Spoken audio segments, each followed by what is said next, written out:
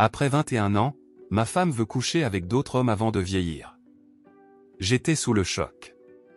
Tout ce que nous avions construit ensemble était en jeu, et je me suis retrouvé forcé de prendre une décision radicale. Après 2 décennies ensemble, la dernière chose à laquelle je m'attendais, c'était que ma femme veuille coucher avec d'autres.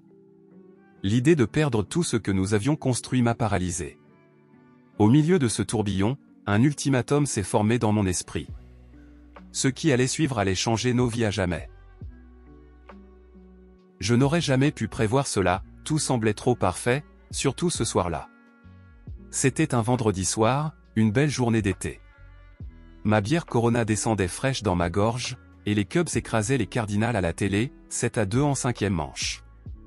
Mon fidèle berger allemand, As, était allongé à côté de mon fauteuil, recroquevillé et presque endormi, ne se réveillant que lorsque je criais de joie après un succès des Cubs.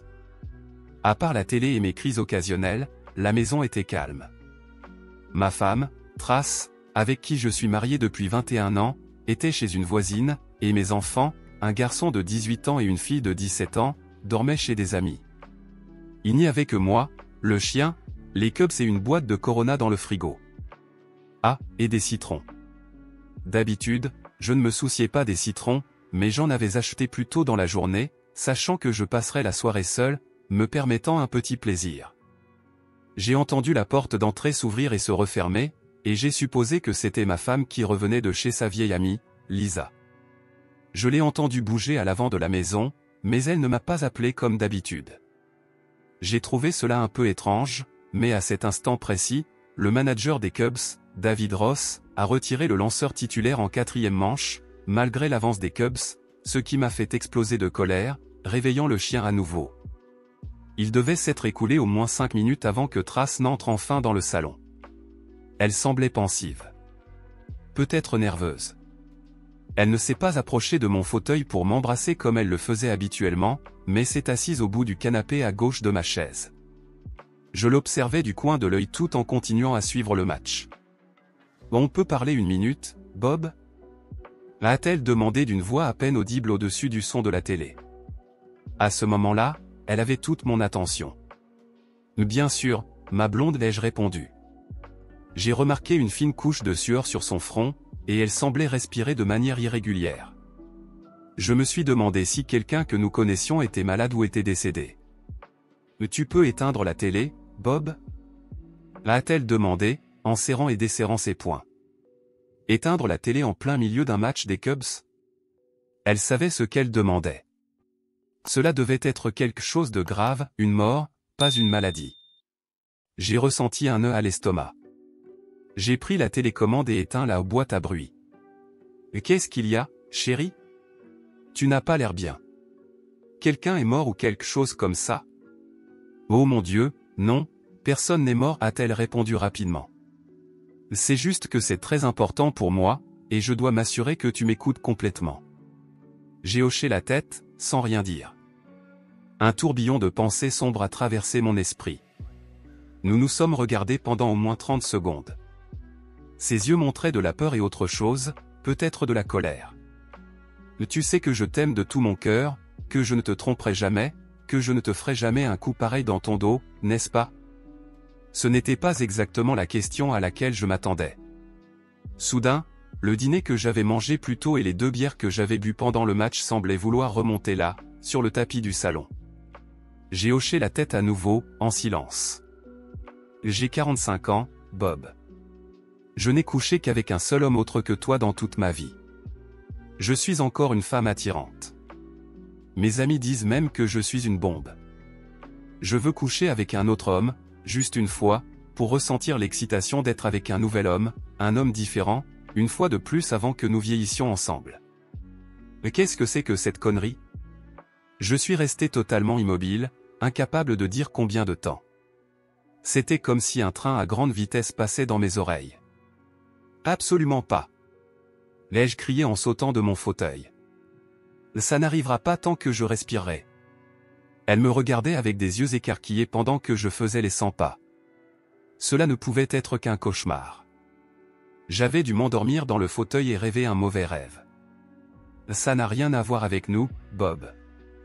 Ça me concerne, mes besoins de femme, au-delà de toi et de notre famille, a-t-elle dit, sa voix devenant plus ferme et confiante à mesure qu'elle parlait. Je pense avoir été une bonne épouse et mère toutes ces années. J'ai toujours mis la famille en premier. Cette fois, j'ai besoin de faire quelque chose pour moi. J'ai besoin de ça pour me sentir comme une femme épanouie, en contrôle de ma vie. Tu ne te sens pas comme une femme épanouie avec moi? L'ai-je demandé, réalisant que je sonnais comme un perdant désespéré. Je te dis tout le temps que je t'aime. Je pense te montrer constamment que tu es sexy. J'ai encore du désir pour toi, et je suis sûr que je ne suis pas très subtil à ce sujet. Tu le montres. Et j'adore ça. Mais là, c'est autre chose. Mon ego a encore besoin d'être validé par d'autres hommes que toi, Bob. Ça fait du bien d'être remarqué par d'autres hommes. C'est merveilleux de penser qu'un autre homme pourrait me désirer de cette manière. Cela ne te fait-il pas du bien lorsqu'une femme te regarde ou te drague? Je ne suis pas différente des autres. J'aime être regardée et désirée, et après tout ce temps, je veux plus que ça. J'aimerais vivre l'expérience d'un rendez-vous, être courtisée et désirée par un autre homme, juste pour une nuit. Ce n'est pas de l'amour, c'est juste du désir. Une seule nuit, et après, je reviendrai à toi. Je serai de nouveau une femme et une mère ordinaire pour le reste de ma vie. Tu es tout sauf une femme et une mère ordinaire pour moi, ma blonde, ai-je rétorqué. Tu es tout pour moi. Je ne peux pas te laisser partir vers un autre homme. Je ne te laisserai pas partir. Tu continues à me dire que tu m'aimes. Pourquoi ne me montres-tu pas combien tu m'aimes en m'accordant cela? Je sais que c'est une demande énorme, mais ce serait le plus grand cadeau pour moi si tu me laissais faire ça, a-t-elle déclaré. Non, ce serait la plus grande folie de ma part de te laisser faire ça. Si tu m'aimais vraiment, tu n'aurais même pas demandé, ai-je répondu. N'ai-je pas été un bon mari pour toi? Un bon père pour nos enfants? Cela ne devrait-il pas me donner le droit à un laissez-passer moi aussi? Mais tu as eu tellement plus de femmes que j'ai eu d'hommes avant notre mariage. J'essaie juste d'équilibrer les choses un peu, a-t-elle dit. En réalité, nous n'avions jamais discuté de chiffres avant de nous marier. Ce dont nous avions vraiment parlé, c'était de combien nous croyions tous les deux en la fidélité après le mariage. Et, pour ton information, je n'ai couché qu'avec 4 femmes dans ma vie, toi y compris. Ce n'est pas exactement une longue liste, ai-je répondu. Oh, j'ai toujours pensé que tu avais beaucoup plus d'expérience que moi, a-t-elle dit. Tu sais bien plus que moi. J'ai beaucoup lu sur le sujet. Je veux te plaire autant que possible, ai-je répondu. Alors, c'est toujours un non pour toi? A-t-elle demandé. Ce n'est pas juste un non, mais je vais chercher un avocat lundi matin pour entamer la procédure de divorce, ai-je dit, alors que le choc se peignait sur son visage. Mais, a-t-elle bégayé. Je comprends combien cela a dû être difficile pour toi de demander cela. Mais ce que cela me dit, c'est que tu es sérieuse sur le sujet. Cela me montre que tu ne vas pas abandonner facilement. Cela signifie qu'éventuellement, tu le feras dans mon dos. Je ne te fais plus confiance pour ne pas le faire, à moins que tu ne l'aies déjà fait. Et ce n'était qu'une façon d'obtenir la permission après coup. Non. Je te jure que je n'ai encore couché avec personne. J'ai dit que je ne te trahirais pas, et je le pensais, a-t-elle supplié. Mais tu penses que maintenant que je sais que tu veux le faire, ce ne serait plus une trahison si tu le faisais? L'ai-je dit en la regardant droit dans les yeux. Son incapacité à soutenir mon regard m'a tout dit. Tu détruirais notre famille, même si je n'ai encore rien fait? A-t-elle demandé avec un soupir. Si tu as finalement eu le courage de demander cela, cela signifie que tu y réfléchis depuis longtemps. Et cela me dit que tu as déjà quelqu'un en tête. Il est probablement déjà impliqué dans ce plan aussi, déjeuner, dîner. Tu m'as déjà trahi, au moins émotionnellement. Au fait, qui est-ce? L'ai-je demandé. Je n'avais personne en tête précisément, a-t-elle dit, fixant un poing sur le mur au-dessus de mon épaule. Le silence a duré environ 15 secondes pendant que je la regardais fixement. Elle a rougi de honte lorsqu'elle a regardé vers moi et a réalisé que je la fixais, l'incrédulité inscrite sur mon visage. Tu n'as pas besoin de savoir, Bob, a-t-elle dit à voix basse. Tu as raison, je n'ai pas besoin de savoir. Mais je veux connaître le nom de l'homme qui détruit ce que je pensais être un excellent mariage. Tu peux me le dire, ou je peux appeler chacune de tes amies proches, ainsi que ton patron et tous tes collègues, et leur demander, ai-je dit. Sa bouche s'est ouverte de choc. Mais tu ne ferais pas ça. A-t-elle commencé à dire. Pourquoi pas? Qu'est-ce que j'ai à perdre? Ma vie est en ruine. Mon mariage est terminé. Quel serait le problème avec un peu d'embarras? C'est Wilson, a-t-elle dit doucement. S'il te plaît, Bob, ne lui fais pas de mal. Je ne garantis rien, ai-je répondu. J'ai pris la télécommande et remis le match. Elle a reniflé, retenu ses larmes, s'est levée du canapé et est partie dans notre chambre. Mes yeux ont regardé le reste du match des Cubs, mais rien ne s'est enregistré dans mon esprit. Je ne pourrais même pas te dire ce qui est apparu à l'écran après le match, mais je sais que je suis resté assis devant la télé pendant au moins 2 heures de plus. Bien que je pense avoir fait un bon travail pour cacher la plupart de mes sentiments à ma femme, en réalité, j'étais dévasté. Je n'avais absolument aucune idée que ma femme envisageait de coucher avec un autre homme. Avec le recul, je pense que j'aurais dû remarquer des signes de son insatisfaction envers moi, ou envers la vie, ou quoi que ce soit d'autre. Ces derniers mois, Trace était devenue un peu distante, pas seulement envers moi, mais aussi envers nos enfants. En fait, ma fille, Chérie, a été la première à le remarquer, me demandant si Trace et moi avions eu une sorte de dispute. L'intimité entre nous avait également diminué. J'avais remarqué qu'au lieu de 2 ou 3 fois par semaine, nous étions passés à 1 fois toutes les 2 semaines. Et ce n'était pas parce que je ne faisais pas d'efforts. Je me suis demandé si elle ne traversait pas une ménopause précoce. Puis il y a eu les appels qu'elle faisait en dehors de la chambre, une chose qui n'arrivait jamais auparavant. Cela avait commencé récemment, en plus des messages constants le soir. Quand je lui ai posé des questions, elle m'a dit que c'était Lisa qui avait des problèmes avec son mari, Jerry. Cela m'a paru intéressant, car Jerry et Lisa habitaient seulement 3 maisons plus loin, et je n'avais aucune idée qu'ils avaient des problèmes. J'ai passé le reste du week-end à réfléchir sérieusement à mes options. J'avais dit à Trace que je demanderais le divorce le plus tôt possible, mais avant cela, je devais examiner tous les aspects de mon mariage et de ma famille. Je pouvais certainement comprendre pourquoi un autre homme pourrait désirer Trace. Elle était magnifique quand nous nous sommes rencontrés, à 21 ans, et, à 45 ans, elle n'avait pris qu'environ 5 kg, même après avoir eu 2 enfants. Je me suis toujours demandé comment j'avais pu finir avec Trace, elle était clairement hors de ma portée. Non pas que je sois un ogre ou quoi que ce soit, étant raisonnablement attirant, mesurant 1,80 m et pesant 79 kg, mais des gars comme moi ne sortent généralement pas avec la reine du bal, ce qu'elle avait été 3 ans plus tôt, lors de sa dernière année de lycée.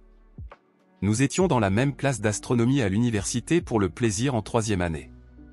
Je suivais le cours par intérêt, tandis que Trace devait le prendre pour remplir un prérequis scientifique. Je suis un peu un nerd dans ce domaine, et Trace a rapidement compris que je l'aiderais volontiers à réussir le cours, car les sciences n'étaient pas son point fort. Vers la fin du 1er semestre, nous étions dans ma chambre d'étudiant en train d'étudier, quand Trace s'est penchée et m'a embrassé fermement sur les lèvres. Je l'ai embrassé avec autant d'intensité. Au bon sang, j'ai pensé presque tout le semestre que tu étais gay, a dit Trace quand nous avons arrêté de nous embrasser. Peu importe ce que je portais, tu ne semblais jamais intéressée. J'étais intéressé, fille, mais je n'aurais jamais imaginé que c'était réciproque. J'essayais juste de ne pas baver devant toi, ai-je répondu. Nous sommes devenus exclusifs tout de suite. Je n'avais pas beaucoup d'expérience au lit, mais je pense qu'elle en avait encore moins, car elle ne s'est jamais plainte et semblait très satisfaite de tout ce que j'essayais, grâce à mes nombreuses lectures sur le sujet.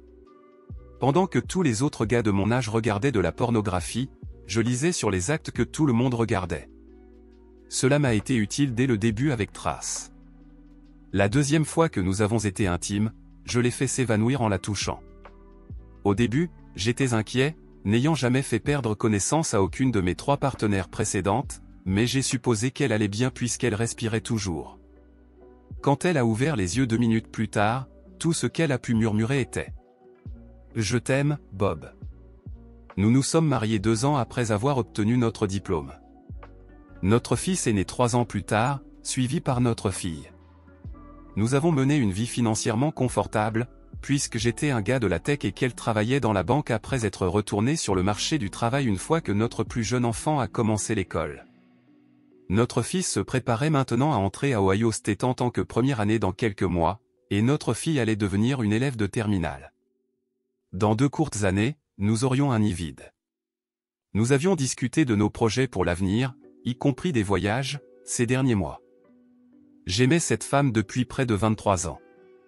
D'une part, jeter cela par la fenêtre parce qu'elle avait demandé la permission de me tromper semblait extrêmement sévère.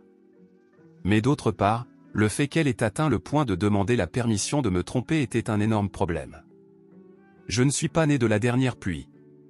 Je savais que si elle était assez désespérée pour demander la permission de me tromper, elle serait également assez désespérée pour le faire dans mon dos, d'autant plus qu'elle en avait déjà parlé et ne considérait pas cela comme une trahison, même si moi je le considérais ainsi. Bien sûr, il y avait aussi le fait qu'elle et Dan Wilson avaient déjà une relation émotionnelle et planifiaient cette nuit de trahison physique ensemble. Pourrais-je jamais pardonner cela un jour? J'ai appelé un avocat en divorce lundi matin et pris un rendez-vous pour le jeudi après-midi. Pendant ce temps, à la maison, Trace a tout essayé pour me convaincre de ne pas demander le divorce. Nous n'avons rien fait, Bob. Nous ne ferons rien, pleurait Trace. Pourquoi ne veux-tu pas divorcer? Parce que tu sais que c'est mal. L'ai-je demandé. Elle ne pouvait ni me regarder ni répondre. Tu espères encore que je change d'avis et que je te permette de le faire, n'est-ce pas? Cela m'a valu un regard plein d'espoir, ce qui, malheureusement, a scellé le sort de nous deux. J'ai fait notifier Trace une semaine après ma réunion avec mon avocat. Nous vivions dans un état avec divorce sans faute, et nos revenus étaient similaires. Donc, les finances ont été simples. Les enfants étaient presque hors de la maison, donc les arrangements seraient faits au besoin, avec le parent qui n'avait pas la garde responsable de la pension alimentaire pendant seulement 1 an. Nous vendrions la maison et partagerions les bénéfices. Voilà, affaire réglée. 21 ans de mariage réduit à néant. Mais cela ne s'est pas passé si rapidement. Trace a engagé une avocate redoutable qui a convaincu le juge d'ordonner 4 séances de thérapie. La conseillère, une femme d'une trentaine d'années, partageait visiblement la vie de mes enfants et de Trace, puisque mon épouse n'avait pas physiquement commis d'adultère. Pourquoi pensais-je que le divorce était la seule solution? J'ai expliqué à la conseillère la même chose qu'à Trace et à mes enfants. Je considérais que sa demande d'avoir des relations intimes en dehors de notre mariage équivalait à briser nos vœux. Pour cette raison, je ne pouvais plus lui faire confiance en tant que partenaire dans notre mariage. Je pouvais encore l'aimer d'une certaine manière, mais je ne pouvais pas rester marié à une femme en qui je n'avais plus confiance. Mais je ne tenterai plus jamais une chose pareille, Bob. Je n'ai besoin de personne d'autre que toi. Répétait-elle en suppliant tout au long des séances. Vous ne changerez jamais d'avis, n'est-ce pas, monsieur Rasmussen? Je le vois dans vos yeux, déclara la conseillère à la fin de la 2e séance. Je vais mettre fin à cette mascarade et recommander au juge de permettre au divorce de suivre son cours sans entrave. Mon avis personnel ne compte pas, mais je vais quand même vous le donner, je pense que vous faites une erreur monumentale ici. Votre femme ne vous a pas trompé, du moins physiquement, donc il semble que vous devriez accepter une thérapie de couple pour sauver votre mariage à long terme. Votre femme semble prête à faire toutes les concessions nécessaires pour maintenir votre mariage et votre famille. Je sais, répondis-je en grimaçant. J'aimais Trace profondément. Je n'avais pas pris cette décision à pile ou face. Voilà la différence entre votre point de vue et le mien, Dr Baker. Vous appelez cela une concession. Moi, je ne pense pas que promettre d'être fidèle soit une concession. Je pense que cela s'appelle respecter les vœux de mariage qu'elle m'a fait il y a 21 ans et qu'elle prévoyait de briser avec un autre homme, ai-je expliqué. Mes beaux-parents ont pratiquement fait une crise lorsqu'ils ont appris le divorce de Trace. Ma belle-mère m'a appelé le lendemain et m'a hurlé des insultes pendant une bonne quinzaine de minutes, ne reprenant son souffle qu'une seule fois durant tout ce temps. Elle a commencé à crier juste après que j'ai dit « Allô ?» Mon beau-père, habituellement plus rationnel, lui a pris le téléphone alors qu'elle était encore en train de hurler. « Elle ne t'a même pas trompé, et tu divorces d'elle après 21 ans? Tu es devenu fou, Bob ?» cria-t-il. J'ai raconté ma version des événements, et je pouvais l'entendre émettre de petits sons d'étranglement au fur et à mesure que j'expliquais. De temps à autre, il murmurait. Sérieusement? Puis je continuais. À la fin de la conversation, il semblait beaucoup plus abattu. Finalement, il a dit « Je suis désolé, Bob. » Et il a raccroché en silence. La semaine suivante, j'ai emménagé dans un appartement de 2 chambres à proximité. Ma fille a décidé de rester avec sa mère dans notre maison pendant l'année suivante, jusqu'à son entrée à l'université. Mais j'imaginais que la 2e chambre serait utile si l'un de mes enfants souhaitait passer du temps avec moi. Ils étaient tous les 2 contrariés contre moi, bien qu'ils semblaient comprendre les raisons de mon divorce avec leur mère. Quelques jours après mon déménagement, j'ai eu une conversation amicale avec mon voisin Jerry. Je l'ai informé que sa femme, Lisa, était impliquée dans les plans de Trace avec Dan Wilson et que Trace avait prétendu qu'il avait des problèmes conjugaux avec Lisa. Je lui ai dit que je ne pensais pas qu'il était lié à l'effondrement de mon mariage, mais que sa femme l'était d'une manière ou d'une autre. Et, vu à quel point Lisa et Trace étaient proches, je lui ai demandé. Pensez-vous que Lisa cherchait aussi un jeune homme avec qui avoir des relations? Oh, bon sang, murmura Jerry au téléphone. Alors, vous êtes en train de me dire que j'ai peut-être un problème aussi? Est-ce que votre avocat fait des réductions de groupe? Le phénomène des réseaux sociaux a ses bons et ses mauvais côtés. Pour moi, le bon côté était que j'ai pu obtenir une tonne d'informations sur ce Dan Wilson sans même engager un détective privé, ce qui m'a permis d'économiser une belle somme. Wilson était un collègue de Lisa et avait été transféré dans le bureau local depuis Cleveland environ 6 mois avant l'implosion de mon mariage. Il avait une très jolie fiancée qui cherchait encore un emploi dans notre ville. Ainsi, il retournait presque tous les week-ends à Cleveland pour la voir. Apparemment, il essayait de planifier quelque chose avec ma femme pour quand il était en ville, afin d'avoir une femme accueillante dans les 2 endroits. Je me suis demandé si Trace savait même qu'il avait une fiancée. Tout cela faisait maintenant partie du passé, sauf pour l'appel que j'ai passé à la fiancée de Wilson peu après. D'après certaines sources, leur mariage a été annulé, et sa fiancée a dit qu'il était libre de rester avec Saddam à plein temps. J'ai mentionné que sa fiancée était la fille d'un homme très riche. 2 semaines avant que le divorce ne soit finalisé, cela aurait marqué notre 22e anniversaire de mariage. Je devais admettre que cela me faisait mal de penser à ce que j'avais perdu, mais plus je restais assis devant mon dîner surgelé, plus je savais dans ma tête que je faisais ce qui était juste pour moi. Si j'avais continué à être marié, j'aurais passé le reste de ma vie à chercher des signes qu'elle me trompait.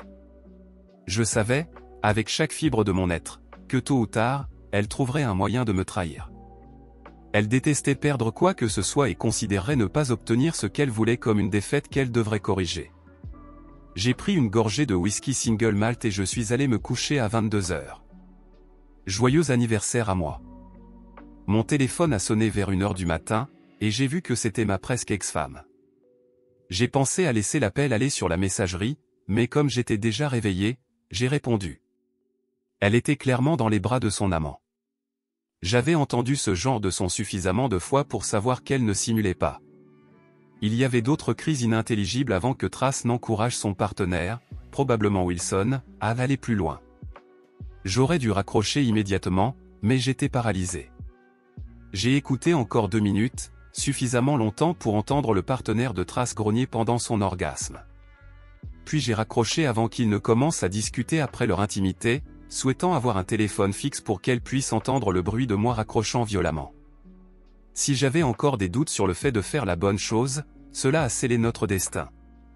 Sur les conseils de mon avocat, j'avais commencé à enregistrer toutes les conversations avec ma femme. Alors que j'étais assis là, ma tension artérielle sur le point d'exploser, j'ai composé le numéro de mes beaux-parents.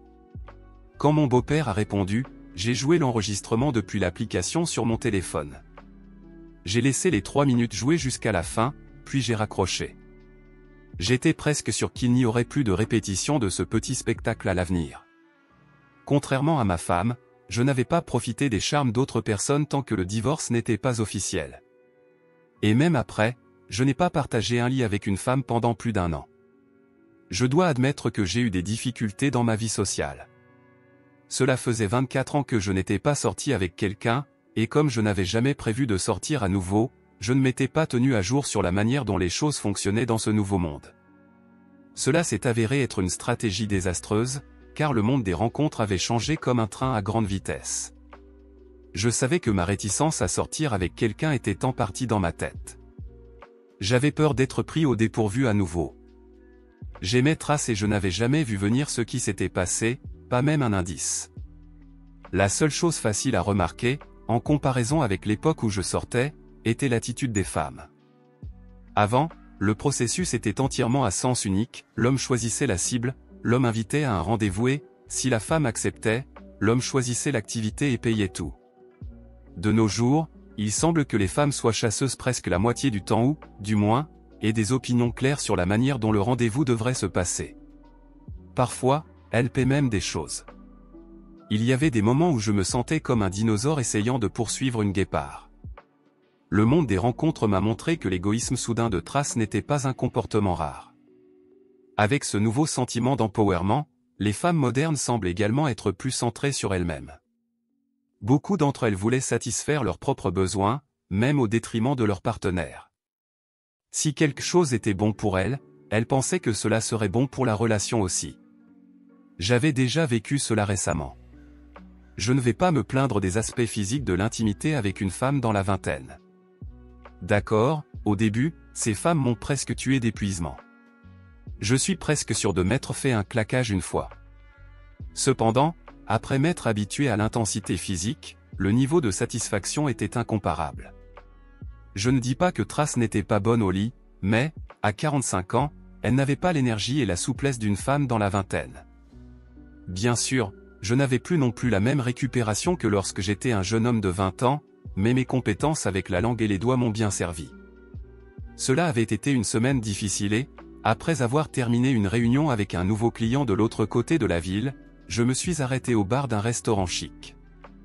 Toujours en costume, je me suis assis sur un tabouret au bar et j'ai commandé un shot de whisky Glenmorangie. Il était environ 19h quand je suis entré. Environ une heure plus tard, un groupe de femmes à un enterrement de vie de jeune fille a occupé quelques tables réservées. Il devait y avoir une quinzaine d'entre elles, et tout était très enthousiaste. J'ai décidé de rester un peu plus longtemps et d'observer l'animation. J'ai donc commandé un repas à déguster au bar. La mariée, évidemment, était la vedette de la soirée, et j'ai remarqué que c'était une jolie jeune femme d'environ 25 ans, avec de longs cheveux châtains clairs et de grands yeux marrons. Je dois admettre que je suis un admirateur des cheveux longs, alors j'ai été un peu captivé et me suis concentré sur elle pendant quelques minutes avant de prêter attention aux autres femmes de la fête. C'est alors que je l'ai vue.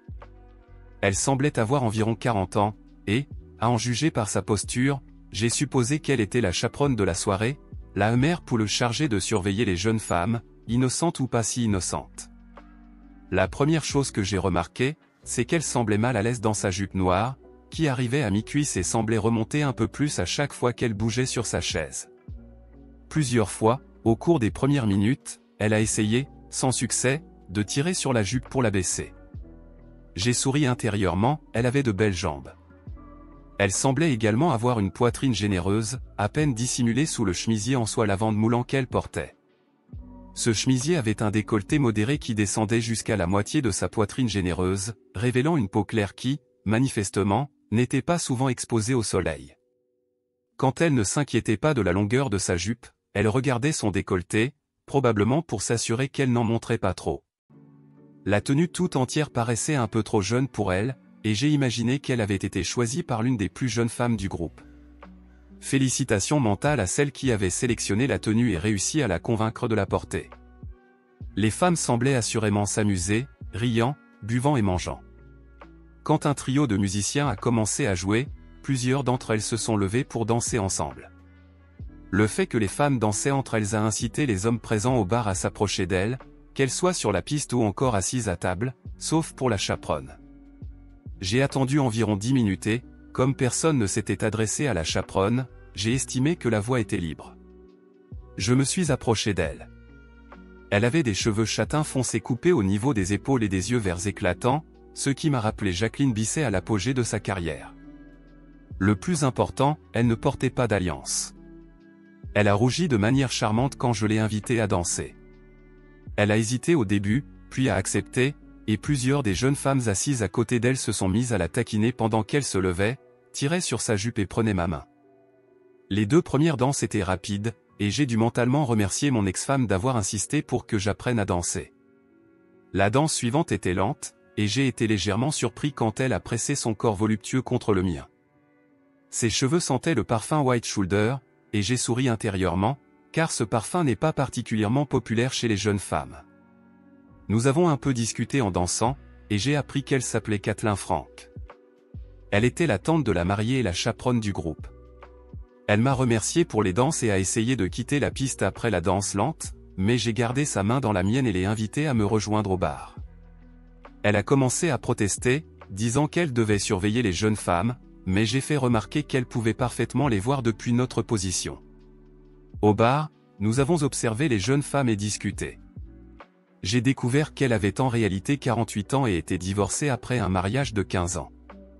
Elle m'a raconté que son ex-mari, un homme riche, l'avait quittée pour une femme trophée de 27 ans lorsqu'il avait lui-même 48 ans.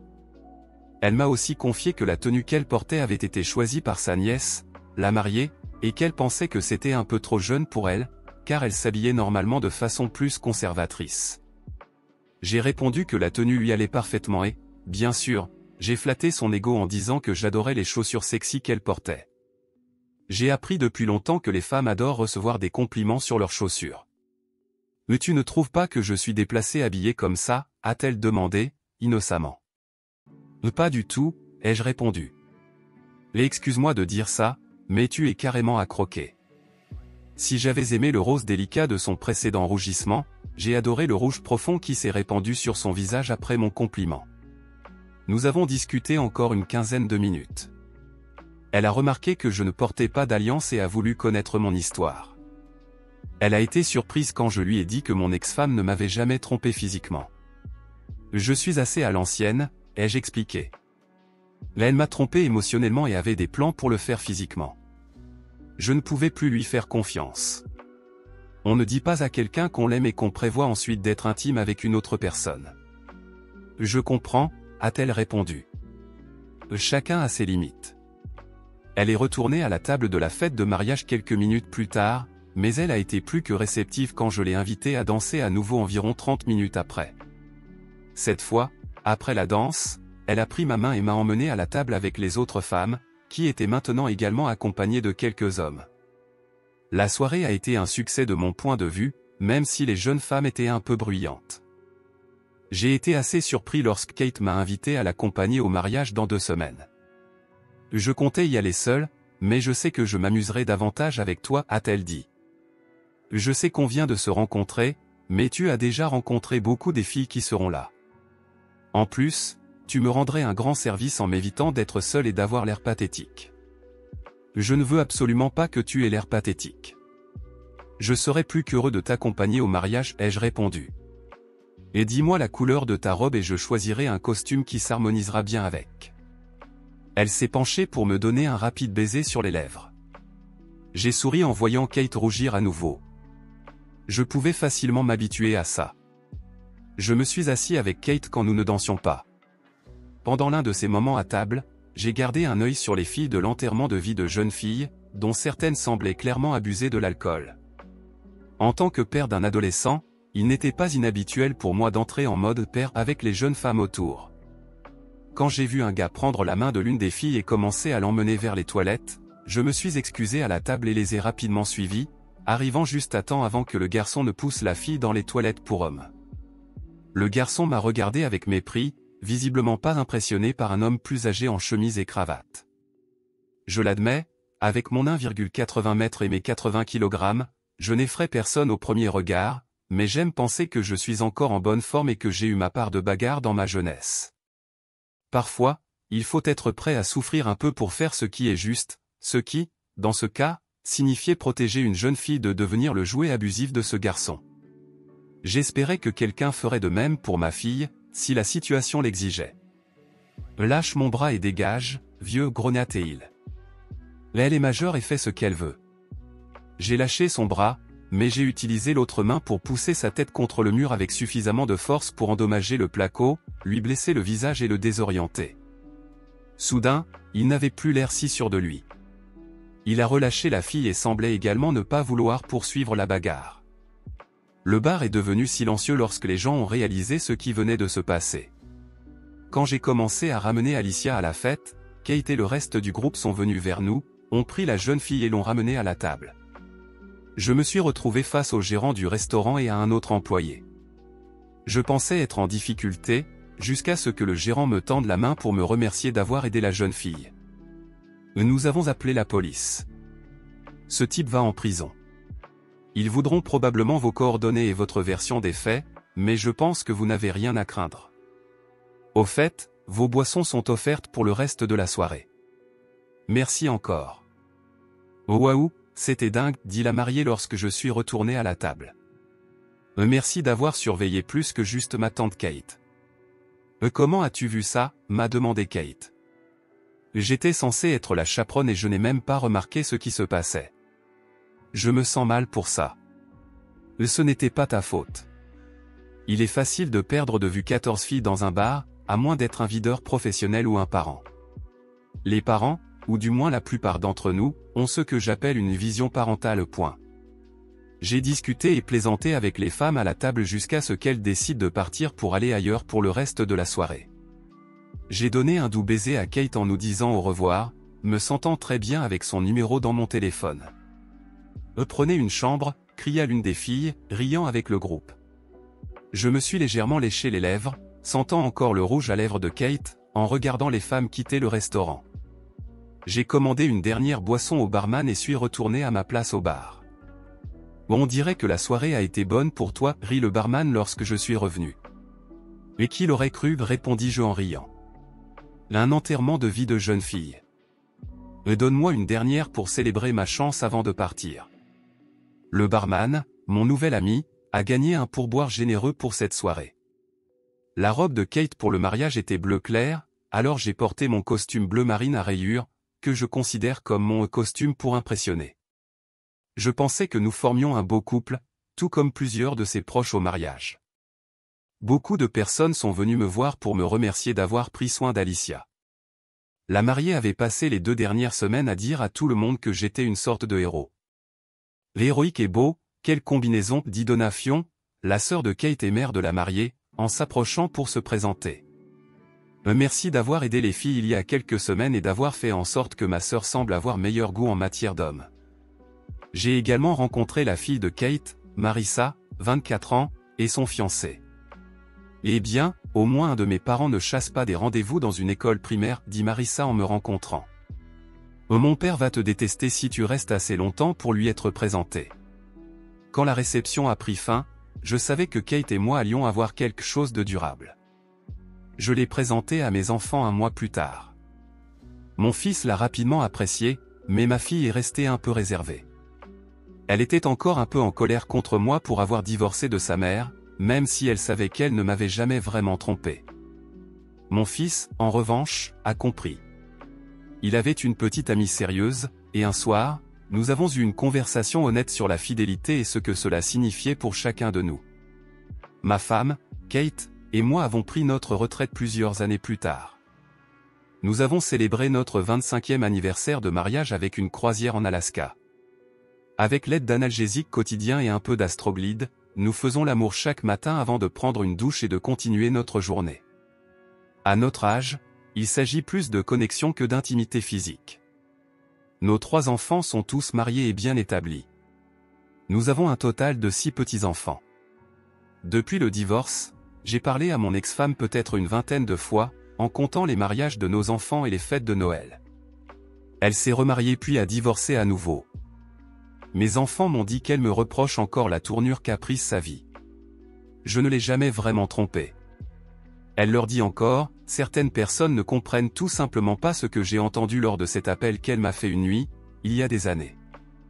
Cette histoire est un puissant témoignage de la force et de la résilience de Bob. Il est douloureux de réaliser à quel point la trahison et la déloyauté peuvent blesser, mais il a trouvé le courage nécessaire pour se libérer d'une relation nuisible.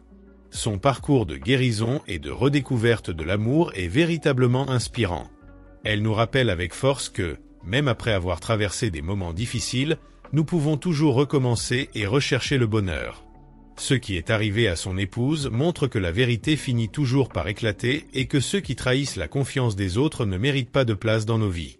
Félicitations à Bob pour son courage et pour s'être permis de rechercher le bonheur à nouveau. Et pour vous qui regardez, rappelez-vous, n'acceptez jamais moins que ce que vous méritez. Le véritable amour existe et nous y avons tous droit. Si vous avez aimé la vidéo, n'oubliez pas de vous abonner à la chaîne et d'activer les notifications pour ne rien manquer des nouveautés. Découvrez également les 2 suggestions de vidéos qui apparaissent maintenant à l'écran, l'une d'elles est sûrement faite pour vous. À bientôt!